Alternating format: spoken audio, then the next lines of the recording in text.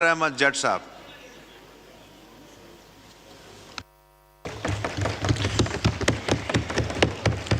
बिस्मिल्लाहिर्रहमानिर्रहीम। बहुत बहुत शुक्रिया जनाब स्पीकर साहब, आज आपने मुझे प्रेसिडेंशियल स्पीच के मुताबिक आज आपने मुझे बात करने का मौका फराहम किया, क्योंकि ये अरसा दराज से हाउस की कार्रवाई तो चल रही है। जब आपका इंतखाब हुआ, स्पीकर साहब का इंतखाब हुआ, हमारी ख्वाहिश थी कि हम आपको उस वक़्त मुबारकबाद पेश करते, लेकिन क्योंकि मौका ना मिल सका तो मैं आपको और स्पीकर साहब को, जुनेद अकबर साहब को, आमद डोगर साहब को मुबारकबाद पेश करता हूँ कि उन्होंने इस हाउस में इस कार्रवाई में हिस्सा लेकर आपको डिप्टी स्पीकर और अयाज सादिक साहब को स्पीकर बनाया। जनाब स्पीकर साहब, मैं अपने हल्का की आवाम का बेहद मशकूर हूँ। मैं अपने लीडर इमरान खान साहब का बेहद मशकूर हूँ। मैं अपने हल्का की सोशल मीडिया टीम का बेहद मशकूर हूँ। मैं अपनी फैमिली का बेहद मशकूर हूँ कि साने 9 मई के बाद जो हालात पाकिस्तान तहरीके इंसाफ के लिए पैदा किए गए, जिन हालात में हमें इलेक्शन लड़ने को कहा गया, पुलिस गर्दी, जुल्म और जबर, हमारे निशानात छीने गए, हमारे घरों पर पुलिस भेजी गई, हमारी फैमिलीज को हरासा किया गया, हमारे वोटर्स को तशद्दुद किया गया, सरकारी मशीनरी जो है वो पूरी की पूरी हमारे मुखालिफ कैंडिडेट्स की कैंपेन करती नजर आई। उसके बावजूद भी पाकिस्तान की अवाम ने बहुत अच्छे अंदाज से हमारे निशानात को ढूंढकर हमें वोट देकर इस ईवान का हिस्सा बनाया। जनाब स्पीकर, ये 5वां हाउस है जिसमें मैं इलेक्शन लड़ रहा हूं। 3 बार मुंतखब हुआ हूं इस हाउस में। मैंने देखा कि ये हर लीडर की ख्वाहिश होती है कि उसके बयानिए को, उसकी सोच को, उसकी फिक्र को वोट पड़े। ये मोहतरमा बेनज़ीर भुट्टो साहबा की भी ख्वाहिश थी, ये नवाज शरीफ साहब की ख्वाहिश भी थी, लेकिन अल्लाह के फजलो करम से अगर कामयाब हुआ है तो इमरान खान कामयाब हुआ है। वो शख्स जेल में है, पाबंदे सलासल है, उसके ये जितने भी यहां तशरीफ फरमा है, ये सब के सब 9 मई के डसे हुए हैं और 9 फरवरी को ये जीत कर इस ईवान का हिस्सा बने हैं। ये इमरान खान साहब की जो सोच थी, जो फिक्र थी, ये वोट उसको पड़ा है। जनाब स्पीकर, बातें तो सबने बहुत की, आप बहुत अच्छी इंग्लिश भी जानते हैं। मुझे सिर्फ एक बात बता दें कि बेगर्स कैंट बी चूजर्स का लफ्जी माना क्या है? कोई यहां पर बताएगा कि beggars cantt B choosers, can not be chooser, cantt B chooser, can not be, एक ही बात हो गई। इसका मतलब है कि भिखारी चुनने वाले नहीं हो सकते। और ये किसने कहा? शहबाज शरीफ ने कहा। कोई अफसोस कि पूरी कौम को भिखारी कहने वाला आज हमारा वजीर आजम है, पूरी कौम को भिखारी कहने वाला।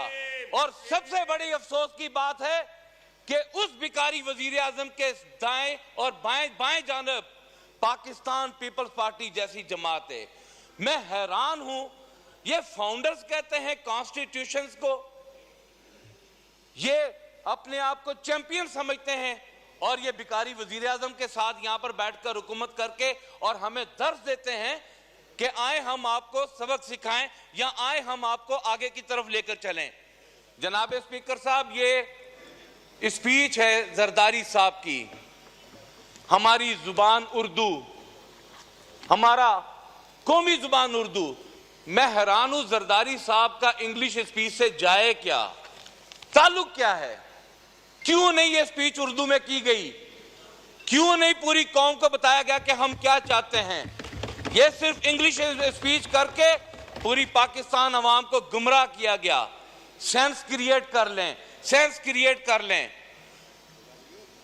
2002 से लेकर आज तक मैं यही देखता आ रहा हूं कि जी सेंस क्रिएट कर लें, हाउस को आगे चलें, जमहूरियत को परवान चढ़ाएं, लेकिन करने के लिए कोई तैयार नहीं है। जनाब स्पीकर, सब अपने दांव पेच पर बैठे हुए, मजाक बना दिया इस ईवान को। जनाब स्पीकर, ये ईवान हमें कभी माफ नहीं करेगा।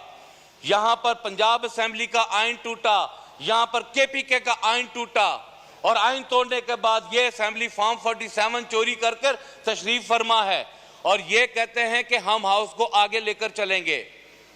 नैब तरामीम एक भयानक जो है हिस्सा है उस 16 माह की जमात का जो यहां पर इन लोगों ने किया।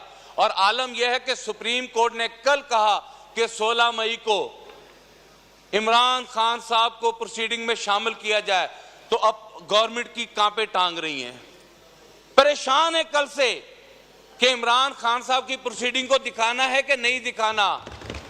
ये जो कट है जनाब स्पीकर हुकूमत का, ये इमरान खान का खौफ है जिसकी वजह से ये इकट्ठे बैठे हुए हैं।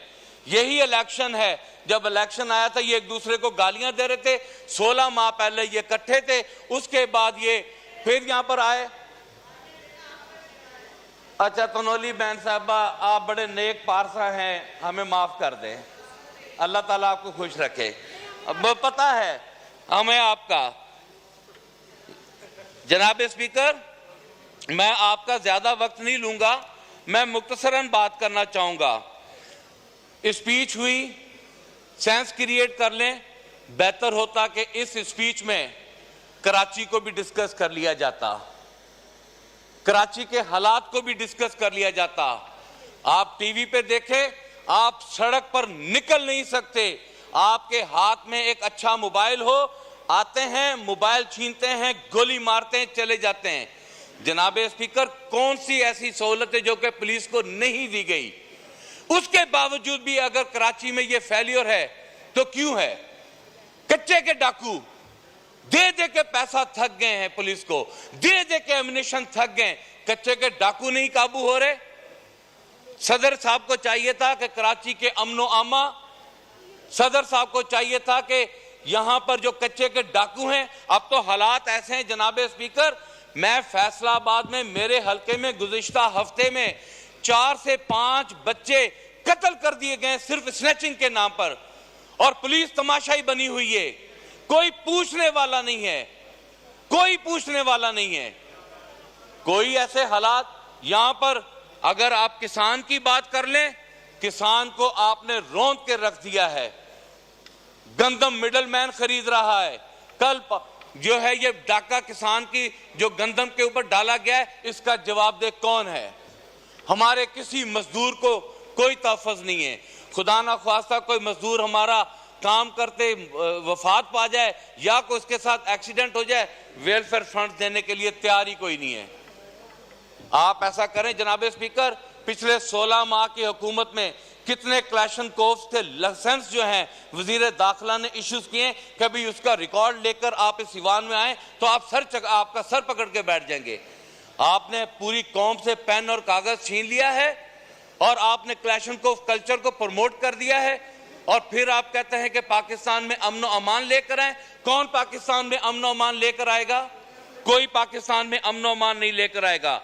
ये 9 मई के बेनिफिशरीज ये नून लीग वाले हैं, आज भी बात करते हैं 9 मई, इनको दूसरा टॉपिक ही नहीं आता। कश्मीर में क्या हुआ? मैं हैरान हूं कि ये लोग कहते हैं कि कश्मीर में एक जत्था, टीवी प्रोग्राम में कह रहे हैं कि कश्मीर का एक जत्था उठा और उस जत्थे ने उठकर जो है वो काबू पा लिया और हुकूमत बेबस हो गई और 3 रुपए यूनिट देने पर आ गई। जनाब स्पीकर, कल पंजाब उठ के खड़ा हो गया, सिंध उठ के खड़ा हो गया, बलूचिस्तान उठ के खड़ा हो गया, केपीके उठ के खड़ा हो गया, और फिर आप कहेंगे ये जत्था उठकर हमारे गिरेबान को हाथ डाल रहा है। फिर हमारा भी हक बनता है 3 रुपए यूनिट, हमारा भी 5 रुपए यूनिट। यहां तो इन्होंने हुकूमत लेने से पहले हमें बातें सुनाते, हमें ये बताया कि 300 यूनिट फ्री करने के वादे नहीं किए इन लोगों ने। कहां गए वो वादे? कोई वादा इन लोगों ने कोई इंप्लीमेंट नहीं किया, कोई कुछ नहीं किया। जनाब स्पीकर, इस हाउस को चलाना है, ये कहते हैं मुफाहमत, हम कहते हैं मुफाहमत नहीं, आप आइन की बात कर लें, आप आइन की रूह से आ जाए, हमसे बातचीत कर लें, आइन पर आ जाएं। अगर आप आइन पे आएंगे ये हाउस भी चल जाएगा, अपोजिशन भी अपना काम करेगी, गवर्नमेंट भी अपनी जिम्मेदारी निभा सकेगी। अगर ये आइन से हटेंगे तो मैं समझता हूं कि ये कुछ भी नहीं कर सकेंगे। जनाब स्पीकर, यहां पर मैं एक और निशानदेही करना चाहता हूं कि सॉवरेन वेल्थ फंड्स, पिछले हुकूमत ने यहां पर लेजिस्लेशन की, 7 आपकी मुनाफा बख्श कंपनीज, 7 मुनाफा बख्श कंपनीज जो हैं वो आपने उनको उनके हवाले कर दी, जबकि आपकी एक मीटिंग नहीं हुई और 100 खरब रुपए का आपने पाकिस्तान कौम को चूना लगा दिया। अगर वही 100 खरब रुपया आप लोगों ने इस्तेमाल किया होता अपने इस कर्जा जात में, तो आज शायद हो सकता है कि पाकिस्तान जो है इसका मुकम्मल हो जाता, कि आपको कर्जों से निजात मिल जाती। जनाब स्पीकर, मुझे 1 मिनट दे दे, मैं आपका ज्यादा टाइम नहीं लूंगा। बोले। मैं जनाब स्पीकर साहब, यहां पर बात कही गई वोट को इज्जत दो। जनाब स्पीकर साहब, नवाज शरीफ साहब के इस बयानिए को तो हमारे मलकू सिंगर ने ठोक कर रख दिया था। मलकू उठा, उसने नकदा कोका गा के कैदी नंबर 804 का जिक्र किया, नवाज शरीफ का बयानिया दफन। और आलम यह है कि पाकिस्तान पीपल पार्टी का पंजाब में नामो निशान दफन होकर रह गया है। इंशाअल्लाह ताला बहुत जल्द पाकिस्तान मुस्लिम लीग नून भी इसी तरह पंजाब में हम दफन करके दिखाएंगे इंशाअल्लाह ताला दफन करके दिखाएंगे। जनाब स्पीकर साहब, यहाँ पर हमें कल कहा गया कुरान उठाओ कि हम मोहब्बे वतन है कि नहीं है। हनीफ अब्बासी साहब मेरे भाई है, हनीफ अब्बासी साहब और काकड़ साहब दोनों उठाए ना कुरान, कि वो बताएं कि वो गंदम के चोर हैं या ये फार्म 47 की पैदाइश हैं, कौन है, ये अपना फैसला कर लें। जनाब स्पीकर साहब, यहां पर वाइंड अप करें प्लीज सर, आखिरी 1 मिनट में सर, बस हो गया अभी प्लीज। अच्छा चले, मैं वाइंड अप एक शेर के साथ कर देता हूं। चले, आपने जी। उन्हें अपना कहा है कि जी वो उन्होंने 10 मिनट लिए, मैं आपका ज्यादा वक्त नहीं लेता। जनाब स्पीकर साहब, इस दोनों तरफ से एक बात मैं आपको बता दूं, अगर हम लोगों ने पाकिस्तान को डिलीवर ना किया, हम लोगों ने हकायक को छुपाकर अपने मकासद को इस्तेमाल किया, तो खुदा की कसम पाकिस्तान की अवाम हमें कभी माफ नहीं करेगी। मैं जनाब स्पीकर साहब एक अल्लामा इकबाल साहब का शेर पढ़ना चाहूंगा। मोमन का वो अंदाज बाकमाल खो गया, इकबाल तेरी कौम का इकबाल खो गया। आज यकीन करें हम अपना इकबाल खोकर बैठे हुए हैं।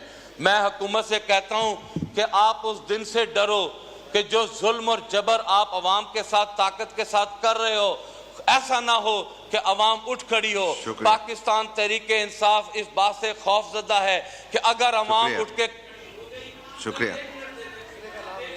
बस अब हो गया, खोले माइक खोले सर, वाइंड अप कर देता हूं।